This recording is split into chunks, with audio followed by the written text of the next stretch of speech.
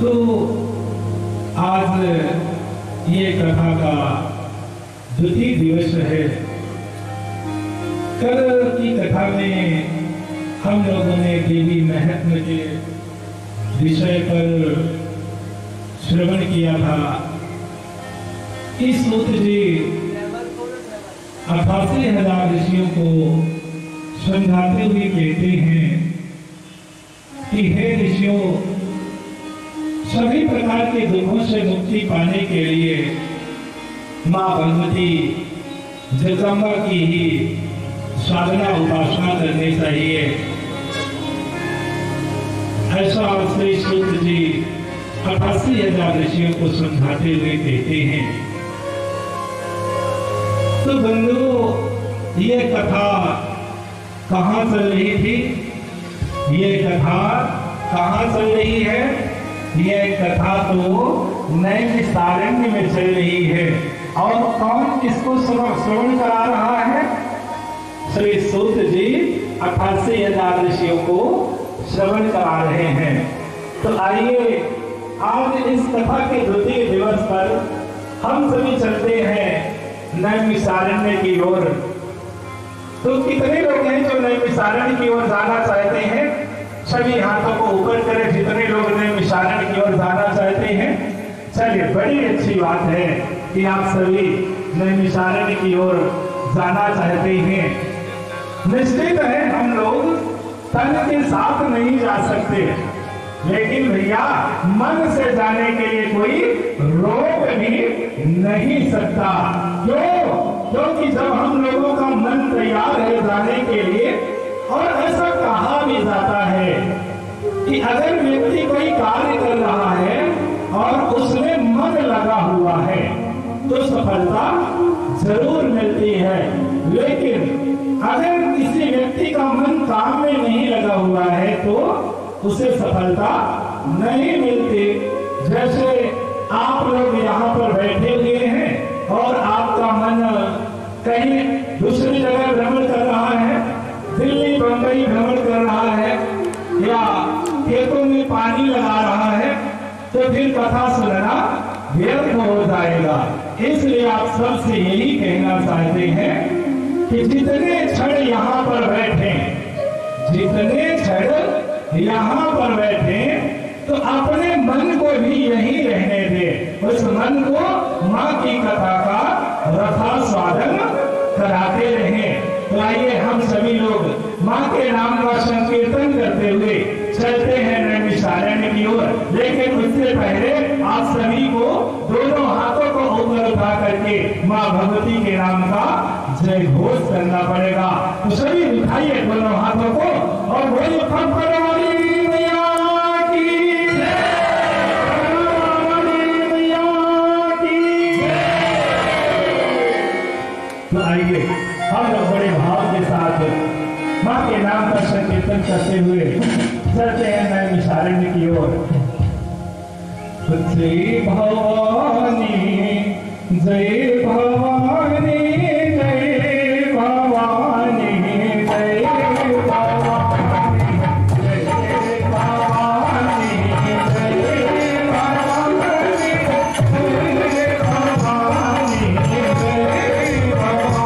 भवानी, जय भवानी, जय भवानी,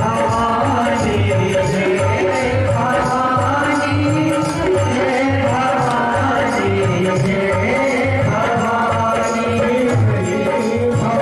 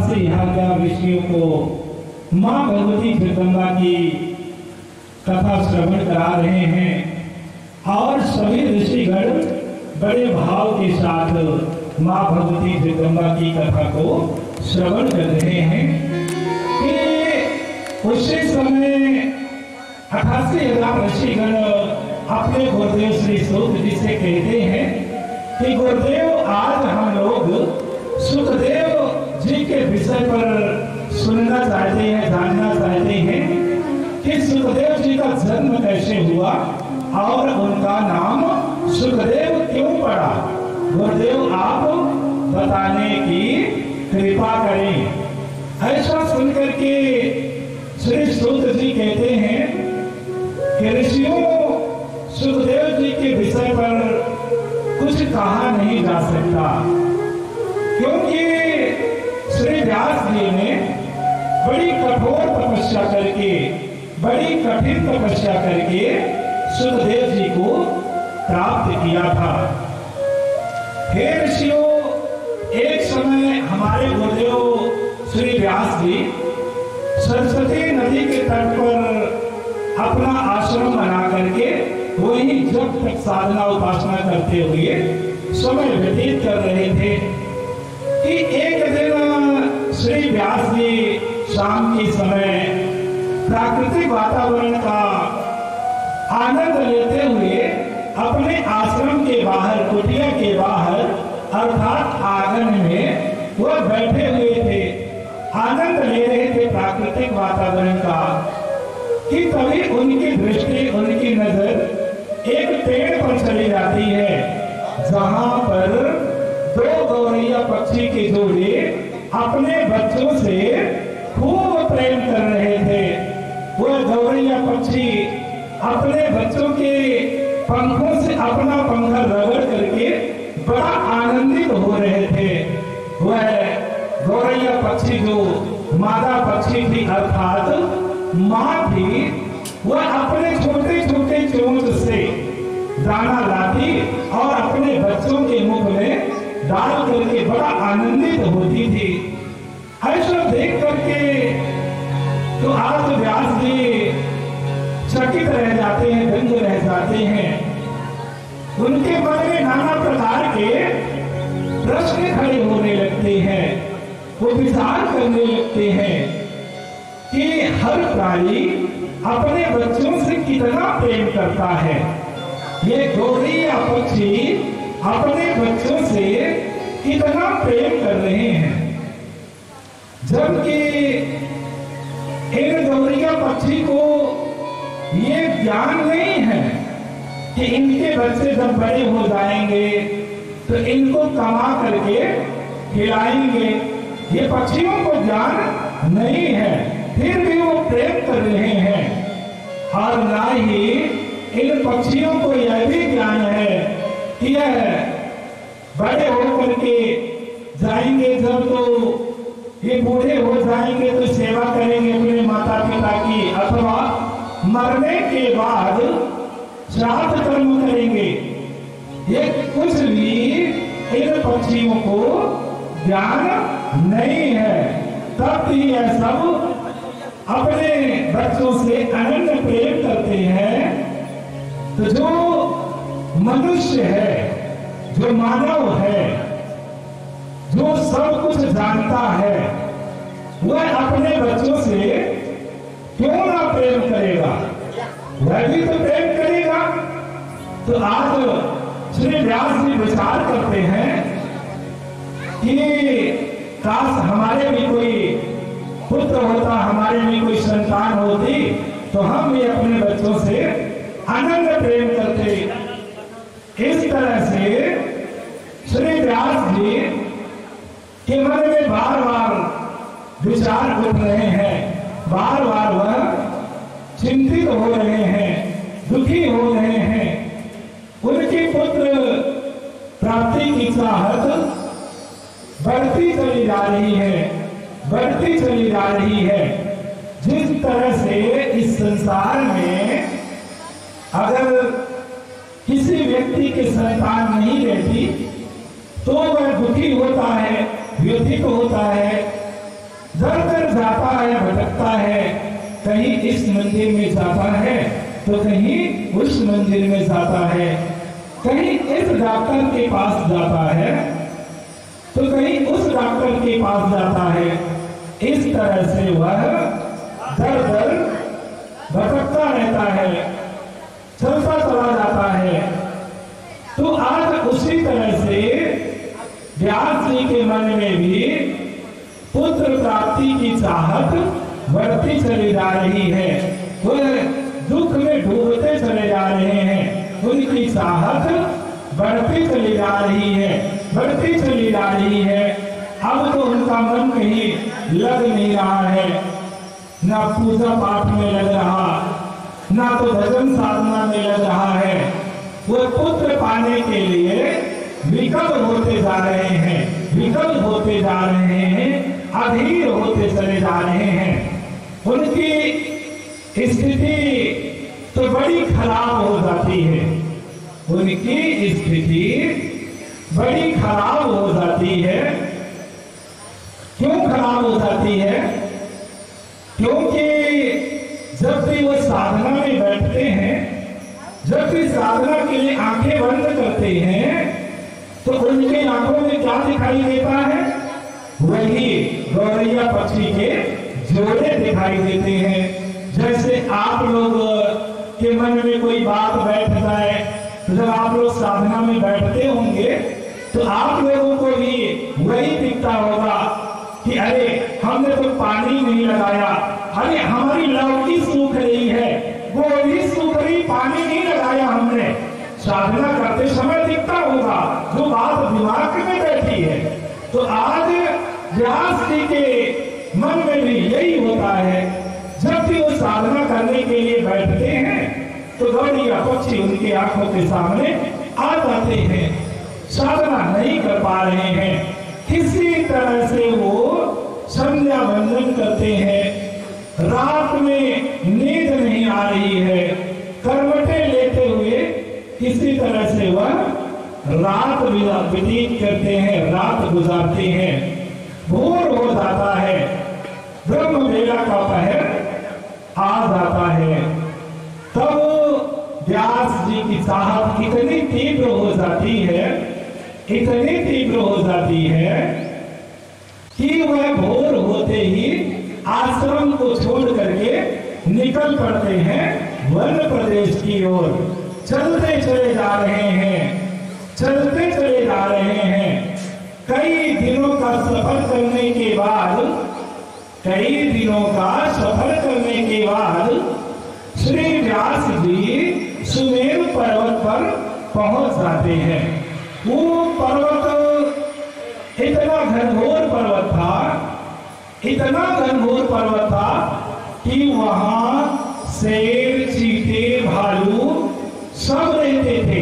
लेकिन जानते हैं व्यास जी की चाहत इतनी तीव्र थी कि वो प्राणों का भी परवाह नहीं किए और उस घनघोर जंगल में प्रवेश कर जाते हैं।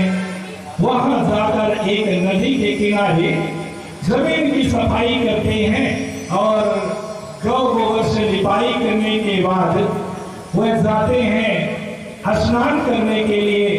स्नान करते हैं और जैसे ही वापस आते हैं, साधना करने के लिए बैठते हैं, तो उनके मन में एक प्रश्न खड़ा हो जाता है। वो विचार करने लगते हैं, क्योंकि व्यास जी को बड़ी जल्दी थी पुत्र पाने के लिए। व्यास जी को पुत्र पाने के लिए बड़ी जल्दी थी कि हमें जल्दी से प्राप्त हो जाए पुत्र। जैसे कुछ लोग आते हैं ना, कहते हैं कि गुरुदेव हम तो बहुत दिनों से आ रहे हैं, हमारी समस्या का समाधान नहीं हो रहा है, बड़ी जल्दी लगी रहती है। अरे भैया, ये प्रकृति का विधान है। यहाँ तो सब कर्मों का खेल है, यहाँ सब कर्मों का खेल है। कर्मों के आधार पर ही व्यक्ति को सुख मिलता है, दुख मिलता है, पुत्र मिलते हैं, पुत्री मिलती है, पत्नी, परिवार सब कर्मों के आधार पर मिलते हैं। इसलिए आप सब सत्कर्म करते रहिए, सत्मार्ग पर चलते रहिए, निश्चित ही आप सभी के दुखों का अंत हो जाएगा। तो आज श्री व्यास जी नाना प्रकार से विचार कर रहे हैं कि इन समस्त देवताओं में से सर्वश्रेष्ठ देवता कौन है। ब्रह्मा, विष्णु, महेश, इंद्र, वरुण, कुबेर, कार्तिकेय, इन समस्त देवताओं में से सर्वश्रेष्ठ देवता कौन है और कौन अतिशीघ्र प्रसन्न होकर के हमें पुत्र प्राप्ति का वरदान दे सकता है। तो आज ऐसा श्री व्यास जी विचार कर रहे थे कि कभी आकाश मार्ग से देवर्षि नारद उसी रास्ते से जा रहे थे। तो जब देवर्षि नारद कहीं जाते हैं तो उनकी वीणा से कौन सा स्वर निकलता है? उनकी वीणा से कौन सा स्वर निकलता है? जब देवर्षि नारद जी कहीं जाते हैं तो उनकी वीणा से स्वर निकलता है कि श्रीमन्नारायण नारायण नारायण, श्रीमन्नारायण नारायण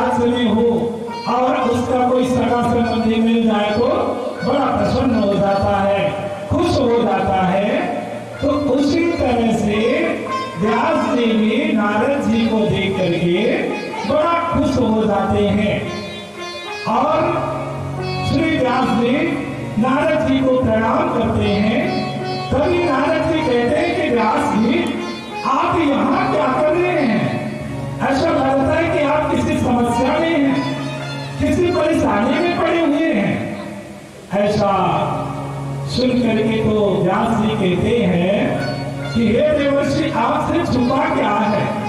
आप तो सब कुछ जानने वाले हैं, सब कुछ जानते हैं, फिर भी आप मुझसे पूछना चाहते हैं।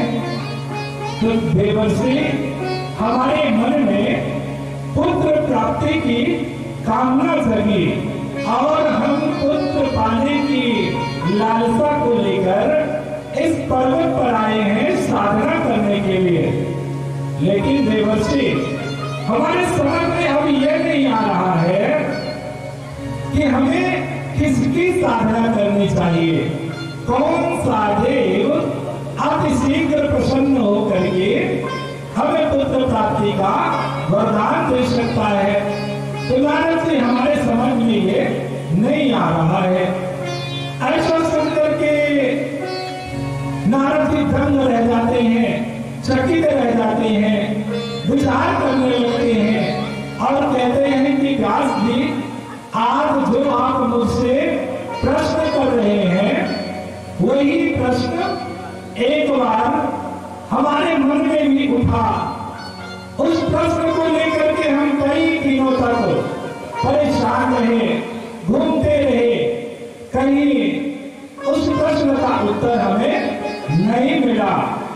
तो बंधु, यह प्रश्न केवल नारद जी का नहीं है, व्यास जी का नहीं है, यह प्रश्न तो आज अनेकों लोगों के मन में चलता होगा कि इस सूरज, चंद्रमा, तारे, इन सबको बनाने वाला कौन है?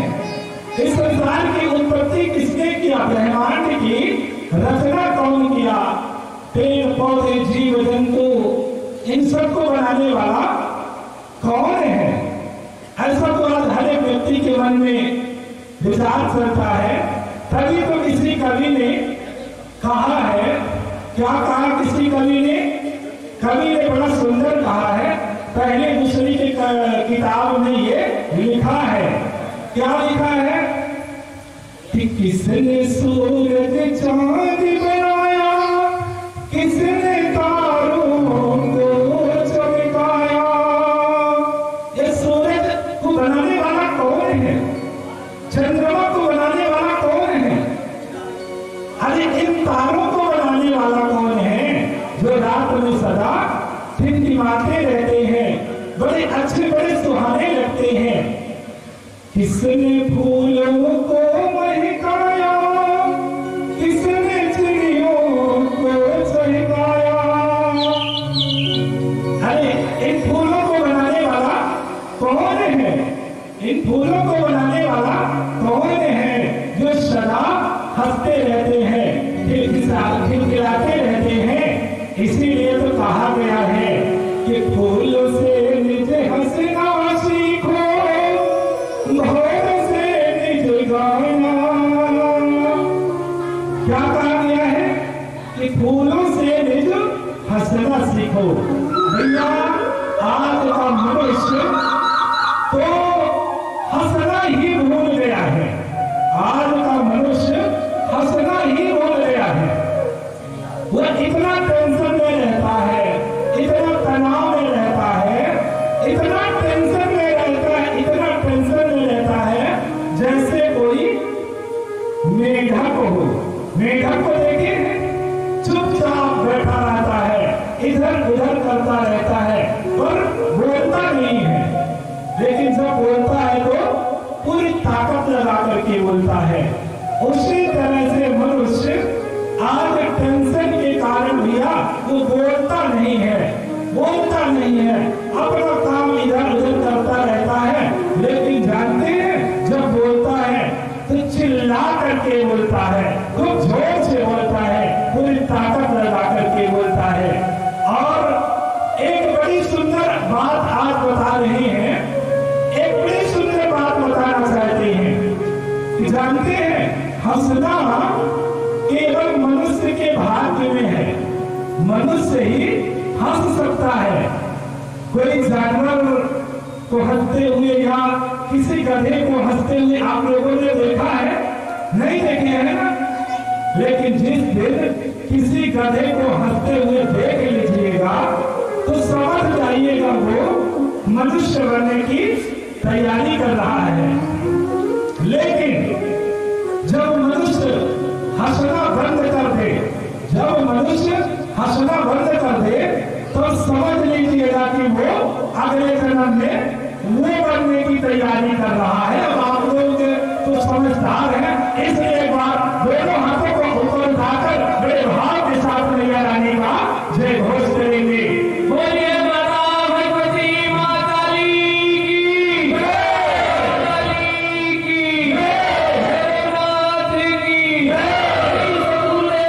भगवान की। इसलिए कवि ने कहा है, इशारा किया है कि फूल से नीचे हंसना सीखो, भौर से नीचे गाना, फले हुए वृक्षों से सीखो, नित नित शीश झुकाना। फूलों से क्या सीखना चाहिए? हंसना सीखना चाहिए, मुस्कुराना सीखना चाहिए। भौरों से क्या सीखना चाहिए? गाना सीखना चाहिए, अर्थात प्रसन्नता के साथ भगवान का भजन गुनगुनाते हुए अपने कार्य को करना चाहिए। और फल देने वाले वृक्षों से हमें शीश झुकाना सीखना चाहिए। जिस तरह से फलदार वृक्ष झुक जाता है फलने के बाद, उसी तरह मनुष्य भी चाहे जितना बलवान हो जाए, जितना धनवान हो जाए, उसके अंदर विनम्रता का ही भाव रहना चाहिए। यह सब हमें इनसे सीखना चाहिए। तो कहानी चल रही थी कि इस संसार को बनाने वाला कौन है, किसने बनाया है सूरज को, चंद्रमा को, तारे को, पेड़ पौधे, जीव जंतु, इन सबको किसने बनाया है? तो आज श्री नारद जी कहते हैं कि व्यास जी, यही प्रश्न एक बार हमारे मन में भी उठ खड़ा हुआ था। इस प्रश्न को लेकर कई दिनों तक, कई महीनों तक चलते रहे। हमारा भी मन कहीं पूजा पाठ में नहीं लगता था। तब हम इस प्रश्न का उत्तर पाने के लिए अपने पिता ब्रह्मा जी के पास जाते हैं और ब्रह्मा जी के चरणों में निवेदन करते हैं नारद जी, और अपना प्रश्न पूछते हैं। कैसे पूछते हैं? प्रणाम करने के बाद। ऐसा नहीं कि जैसे आजकल के लोग कहीं से आते हैं, कहीं जाते हैं या कुछ पूछना चाहते हैं तो ऐसा पूछते हैं कि ऐसा लगता है कि मानो एक डंडे से मारना चाहते हैं। तो भैया ऐसा मत करो, अपने माता पिता से प्रेम से बातें करो। कहीं से आओ अथवा कहीं जा रहे हो तो अपने माता पिता को प्रणाम करके जाना चाहिए। तो आज देव ऋषि नारद अपने पिता ब्रह्मा जी के चरणों में प्रणाम करते हैं और कहते हैं कि पिताजी, हम एक दुविधा में पड़ गए हैं, हम एक संशय में पड़ गए हैं, हमारे मन में एक प्रश्न चल रहा है। ऐसा सुनकर के तो ब्रह्मा जी कहते हैं कि बेटवा नारद, बताओ कौन सा प्रश्न है, कैसी दुविधा है तुम्हारे मन में, तुम कौन से प्रश्न को लेकर दुखी हो? बेटवा आज बता दो, क्योंकि हर पिता का कर्तव्य होता है कि अगर पुत्र किसी बात से उलझ जाए, दुखी हो जाए, परेशान हो जाए तो उसे समझाना चाहिए, बताना चाहिए। इसलिए बेटवा नारद, आज जो भी पूछना चाहते हो तो पूछ सकते हो, निसंकोच पूछ लो, हम बताएंगे तुम्हें। ऐसा सुन करके तो देव ऋषि नारद कहते हैं कि पिताजी, हमारे मन में चल रहा है कि इस संसार को बनाने वाला कौन है, किसने बनाया इस संसार को, सर्वश्रेष्ठ देवता कौन है? तो ऐसा सुन करके आज ब्रह्मा जी कहते हैं कि बेटवा नारद, इसी प्रश्न में हम भी फंसे थे, इसी प्रश्न में हम भी उलझे हुए थे। तो बेटवा, एक समय की बात है, दर्शन करने के विचार से उनके लोक को गए थे, उनके धाम को गए थे। तो बेटवा जिस समय हम वहां पहुंचते हैं ना, तो श्री हरि विष्णु जी आंख बंद करके ध्यान में लीन थे। बेटवा हम विष्णु जी को देख करके चकित हो गए, दंग हो गए, क्योंकि हम यही जानते थे कि श्री हरि विष्णु ही सर्वश्रेष्ठ देवता है। लेकिन बेटवा जब हम वहां पहुंचे ना, तो हम देख करके दंग रह गए। हमारे मन में शंका हो गई, हमारा मन शंकित हो गया। विचार करने लगे हम कि अरे ये तो सर्वश्रेष्ठ देवता है, फिर भी ये किसका ध्यान कर रहे हैं, किसके ध्यान में लीन है ये। तो ऐसा विचार कर रहे थे बेटा नारद कि उसी समय श्री हरि विष्णु की आंखें खुल जाती है।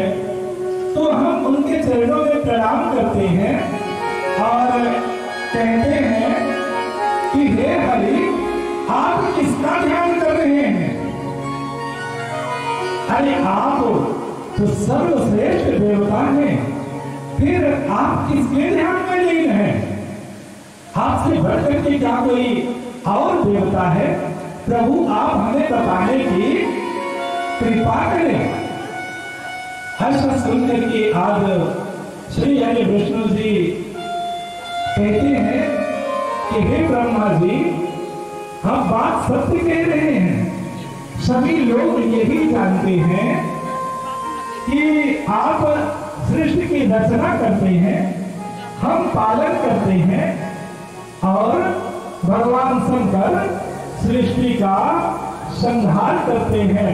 अर्थात आप सृष्टि करता है, हम पालन करता है, और भगवान शंकर संहार करता है। लेकिन ब्रह्मा जी, सत्यता तो यह है कि जो आपके अंदर सृष्टि रचने की शक्ति है, हमारे अंदर पालन करने की शक्ति है, और भगवान शंकर के अंदर संहार करने की शक्ति है। ब्रह्मा जी, उस शक्ति के ना रहने पर ना आप सृष्टि की रचना कर सकते हैं, और ना हम पालन कर सकते हैं, और ना ही भगवान शंकर संहार कर सकते हैं। हर कार्य को करने के लिए ब्रह्मा जी शक्ति की परम आवश्यकता होती है। हम लोग सदा उसी शक्ति के अधीन रहते हैं। इसमें कोई शंका नहीं है, इसमें कोई संशय नहीं है ब्रह्मा जी। हम लोग निरंतर उसी शक्ति के आदेशों का पालन करते रहते हैं। जैसे वो कहती है वैसा हम लोग करते चले जाते हैं। नहीं तो ब्रह्मा जी, आप खुद विचार कर लीजिए कि कोई व्यक्ति सुंदर श्रेष्ठ सैया को छोड़ करके दानवों से कभी युद्ध करने के लिए जाएगा, अथवा कोई नीच योनि, मत्स्यादि योनि में या बारह योनि में कोई अपनी मर्जी से जाना चाहेगा? नहीं जाना चाहेगा। तो ब्रह्मा जी, हम लोग उसी शक्ति के कहने पर जैसा वो कहती है वैसा हम लोग निरंतर करते रहते हैं। ब्रह्मा जी, आज हम उसी शक्ति का ध्यान कर रहे हैं, जिससे शक्ति पाकर, जिससे बल पाकर हम लोग अपने अपने कार्य को करते हैं। हे ब्रह्मा जी, वही शक्ति आपके अंदर है, वही शक्ति हमारे अंदर है, और उसी शक्ति के बल पर भगवान शंकर संहार करते हैं। तो आज हम उसी का ध्यान कर रहे हैं। तो आज विष्णु जी क्या बता रहे हैं ब्रह्मा जी से? कहते हैं कि हम शक्ति का ध्यान कर रहे हैं। तो या हम भी आप सबसे यही कहना चाहते हैं, इस भजन के माध्यम से, इस भजन के माध्यम से यही कहना चाहते हैं कि आप लोग भी माता भगवती का ध्यान करते रहिएगा, तो आप सबका जीवन सुखी हो जाएगा।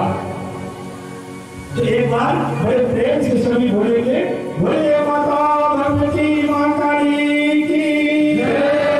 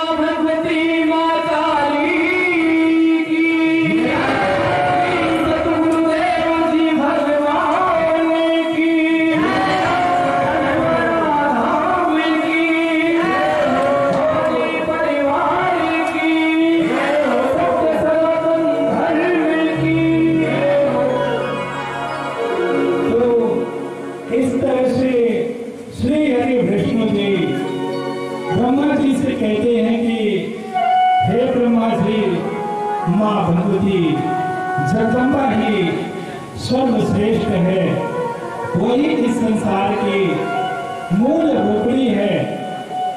क्योंकि ब्रह्मा जी जब हमारी रचना हुई थी, जब हमें ज्ञान हुआ, जब हमें होश आया, तो हम अपने आप को वट पत्र पर पाते हैं। अर्थात जो बरगद का पत्ता होता है, उस बरगद के पत्ते में हम अपने आप को पाया था। उस समय जहां तक हमारी नजरें जाती तो चारों तरफ जल ही जल दिख रहा था, और उस अथाह जल में, उस महासागर में हम चारों तरफ देख रहे थे कि मुझे उत्पन्न करने वाला कौन है, मुझे बनाने वाला कौन है, मेरी जननी कौन है, मेरा जनक कौन है, मेरी माता कौन है। ब्रह्मा जी हम इस तरह से विचार कर रहे थे, चारों तरफ देख रहे थे, परंतु हमें कुछ दिखाई नहीं दे रहा था। लेकिन ब्रह्मा जी कुछ देर के बाद कुछ शब्द उच्चारित होने लगते हैं, अपने आप वो शब्द उच्चारित हो रहे हैं कि ओम सर्विखर्विदो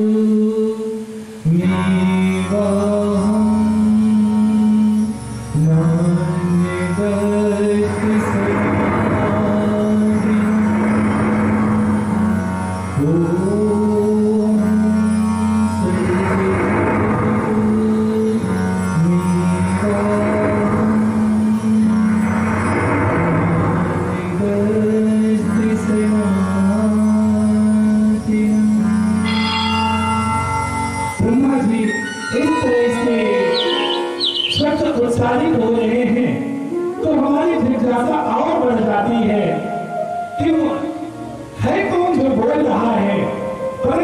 दिखाई नहीं दे रहा है, तब ब्रह्मा जी जानते हैं हम इन्हीं शब्दों को आत्मगम्य कर लेते हैं, अर्थात इन्हीं शब्दों का जाप करना प्रारंभ कर देते हैं। कई वर्षों तक, कई सालों तक इन्हीं शब्दों का जाप करते रहते हैं। तो यह जानते हैं यही जो उच्चारित हो रहा है, ओम सर्व खलविद नेवाहम नानदस्ति सनातनम, यही अर्ध श्लोक की देवी भागवत है। आगे चल करके श्री व्यास जी ने आधे श्लोक को 18,000 श्लोकों में परिभाषित कर दिया है। तो आज श्री हरि विष्णु जी इस आधे श्लोक को कई वर्षों तक जाप करते रहते हैं, जाप करते रहते हैं कि एक दिन मां भगवती जगदम्बा दिव्य रूप धारण करके आकाश में प्रकट हो जाती है और विष्णु जी को कहती है कि विष्णु उठो, उठो विष्णु जी उठो। तो ब्रह्मा जी ऐसा सुन करके हम जब आंखें खोलते हैं तो एक सुंदर दिव्य स्त्री को देखते हैं तो लगता है कि यही जगत की जननी है, यही संसार की जननी है, यही हम सबकी माता है। तो ब्रह्मा जी से आज विष्णु जी इस तरह से बताते हैं, कहते हैं। तो ब्रह्मा जी अपने पुत्र नारद से कहते हैं कि बेटा विष्णु जी ने हमें ऐसा बताया था। तो नारद जी व्यास जी से कहते हैं कि हे व्यास जी, हमने जो पिता के द्वारा श्रवण किया था, सुना था, उसके आधार पर तो मां भगवती जगदम्बा ही इस संसार की मूल गोपनी है, सर्वश्रेष्ठ मां भगवती जगदम्बा ही है। वही माता भगवती मां काली की जय। तो हे व्यास जी, आप भी पुत्र प्राप्ति के लिए मां भगवती जगदम्बा की ही आराधना करें, साधना करें, तो निश्चित ही आपको शीघ्र पुत्र की प्राप्ति हो जाएगी। ऐसा सुनकर के तो आज व्यास जी बड़ा प्रसन्न होते हैं और कहते हैं कि हे देवर्षि, अब आप हमें उस मंत्र को बताने की कृपा करें जिससे मां भगवती शीघ्र प्रसन्न हो जाए।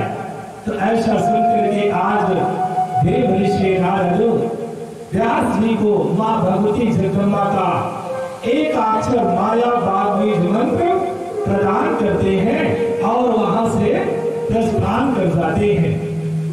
इधर श्री व्यास जी मां भगवती का ध्यान करते हुए साधना में लीन हो जाते हैं, तपस्या में लीन हो जाते हैं। उनकी साधना बढ़ती चली जाती है, बढ़ती चली जाती है। उनकी जटाएं अग्निवर्ण हो जाती हैं, उनके शरीर से तेज निकलने लगता है। तेज को देख करके इंद्र डर जाते हैं, भयभीत हो जाते हैं और व्यास जी की तपस्या को भंग करने के लिए नाना प्रकार से वो उपाय करते हैं। बड़ा सुंदर प्रसंग है ये। जैसे संसार में नहीं लोग होते हैं कि दूसरा कोई पूजा पाठ कर रहा है, ईर्ष्या रखने लगते हैं। ये बड़ा सुंदर प्रसंग है कि पूजा पाठ करने से देवता भी परेशान होने लगते हैं, भयभीत होने लगते हैं। तो मनुष्यों की बात ही क्या है। जैसे आप लोग पूजा पाठ करते हैं तो कुछ लोगों के अंदर ईर्ष्या होने लगती है कि अरे बड़ा पुजारी बन गया है, बड़ा पूजा पाठ करने लगा है, और आपका पूजन बंद कराने के लिए वो तरह तरह से उपाय करते हैं, प्रयास करते हैं।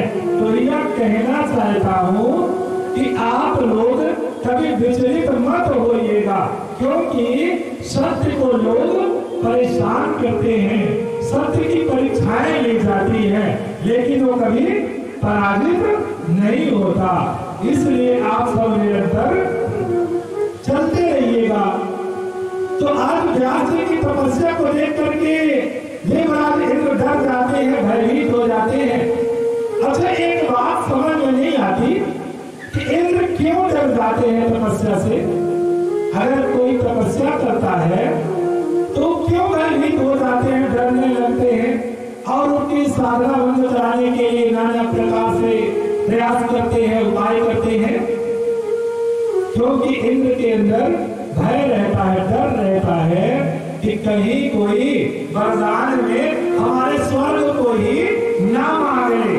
इस डर से इंद्र जो है तो भयभीत रहते हैं। तो आज इंद्र व्यास जी की तपस्या से डर करके, भयभीत होकर के भगवान शंकर के पास जाते हैं, उनके चरणों में प्रणाम करते हैं और कहते हैं कि प्रभु हमारी रक्षा कीजिए, हमारी रक्षा कीजिए, प्रभु रक्षा कीजिए। ऐसा सुनकर के भगवान भोलेनाथ को कहते हैं कि हे देवराज, आप क्यों डरे हुए हैं, क्यों भयभीत, किससे रक्षा करें? क्या कोई दानव फिर से चढ़ाई कर दिया है स्वर्ग पर?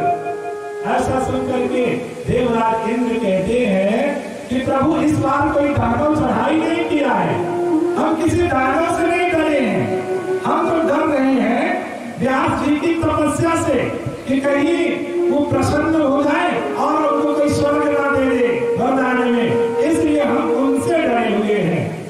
ऐसा सुनकर के भगवान शंकर कहते हैं कि देवराज, आपको व्यास जी से डरने की जरूरत नहीं है, वो स्वर्ग पाने के लिए साधना नहीं कर रहे हैं, वो तो पुत्र प्राप्ति के लिए साधना कर रहे हैं। अब हम जाएंगे और उन्हें एक कल्याणकारी पुत्र देंगे।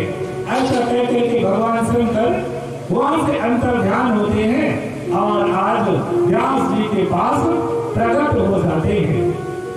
कहते हैं कि हे पराशर नंदन, उठो, तुम्हारी तपस्या से हम अति प्रसन्न हैं, वरदान मांगो।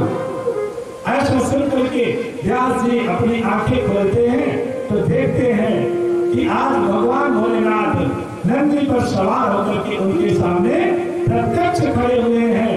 तो आज श्री व्यास जी भगवान शंकर के चरणों में प्रणाम करते हैं। प्रणाम करते ही भगवान शंकर आशीर्वाद देते हुए कहते हैं कि हे व्यास जी, आज मैं आपकी तपस्या से खूब प्रसन्न हो गया हूँ। अब आपको जो वरदान मांगना हो तो आप मांग लीजिए। ऐसा सुनकर के तो आज श्री व्यास जी कहते हैं कि प्रभु, आप तो सब कुछ जानने वाले हैं, फिर भी आप मुझसे पूछ रहे हैं। प्रभु, आप हमें एक सुंदर सुयोग्य पुत्र देने की, अपने जैसा पुत्र देने की कृपा करें। तो ऐसा सुनकर के भगवान शंकर थोड़ी देर के लिए चकित हो जाते हैं, विचार करते हैं कि व्यास जी हमारे जैसा पुत्र मांग रहे हैं, हम तो अकेले ही हैं, तो अब इनको अपने जैसा पुत्र कहां से दे पाएंगे? अब हमें ही इनका पुत्र बन करके जाना पड़ेगा। तो आज भगवान शंकर ऐसा विचार करते हुए व्यास जी को तथास्तु कहते हैं, वरदान देते हैं कि व्यास जी जाओ, तुम्हें हमारे जैसा ही पुत्र प्राप्त हो जाएगा। आज भगवान शंकर से वरदान पाकर के श्री व्यास जी उनके चरणों में प्रणाम करते हैं। भगवान शंकर वही वरदान देकर के अंतर्ध्यान हो जाते हैं और श्री व्यास जी अपने आश्रम भगवान शंकर का नाम लेते हुए पहुंच जाते हैं आश्रम। अपने आश्रम जाकर समय गुजरता चला जाता है कि एक दिन श्री व्यास जी हवन करने के लिए अरण्य मंथन कर रहे थे। तभी उनके मन में पुत्र प्राप्ति का विचार चलता है कि हमारे पुत्र कैसे हो, क्योंकि उनके पत्नी ही नहीं है तो पुत्र कहां से होगा, और बिना पत्नी के पुत्र नहीं हो सकता। तो व्यास जी विचार करते हैं कि हमें सुंदर सुशील पत्नी कहाँ मिले, अच्छी पत्नी कहाँ मिले, जैसे संसार में नहीं लोग कहते नहीं हमें अच्छी पत्नी मिलना चाहिए। तो आज व्यास जी के मन में भी यही चल रहा है कि हमें सुंदर पत्नी कहाँ मिले, कैसे मिले। तो ऐसा विचार करते हुए तर्क वितर्क उनके मन में चलता रहता है।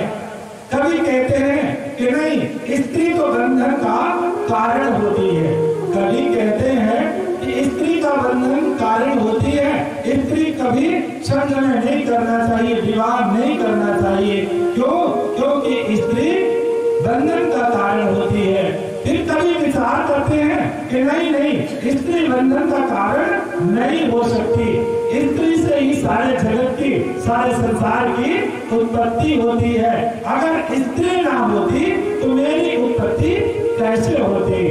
आज श्री व्यास जी के मन में नाना प्रकार से विचार चल रहे हैं कि उसी समय एक घृताची नाम की अप्सरा आकाश में दिखाई देती है, जिसे देख करके व्यास जी का मन विचलित हो जाता है। अप्सरा भी महान तपस्वी श्री व्यास जी को देख करके डर जाती है, भयभीत हो जाती है कि कहीं ये हमें श्राप ना दे दे, कहीं हमें व्यास जी श्राप ना दे। इसलिए वो सुनी का रूप बना करके वहां से उड़ जाती है कि तभी अग्नि मंथन करते समय व्यास जी का तेज जमीन पर गिर जाता है और उसी से एक बालक की उत्पत्ति हो जाती है, जिसका नाम सुखदेव रखा जाता है। बोलिए सुखदेव जी महाराज की जय। तो जब सुखदेव जी महाराज का जन्म हो जाता है, आज व्यास जी बड़े प्रसन्न हो जाते हैं, क्योंकि उन्हें लगता है कि भगवान शंकर ने जो वरदान दिया था उसी की देन, उसी वरदान के फलस्वरूप हमें पुत्र की प्राप्ति हुई है। तो आज उत्साह मनाया जाता है, उत्सव मनाया जाता है। तो आइए हम लोग भी इस भजन के माध्यम से चलते हैं उस उत्सव की ओर, और माँ से हम लोग भी प्रार्थना करते हैं, निवेदन करते हैं, ताकि हम लोगों की कामनाओं की भी पूर्ति हो सके। तो ये जयकारे के साथ चलते हैं माँ भगवती के भजन की ओर। बोलिए माता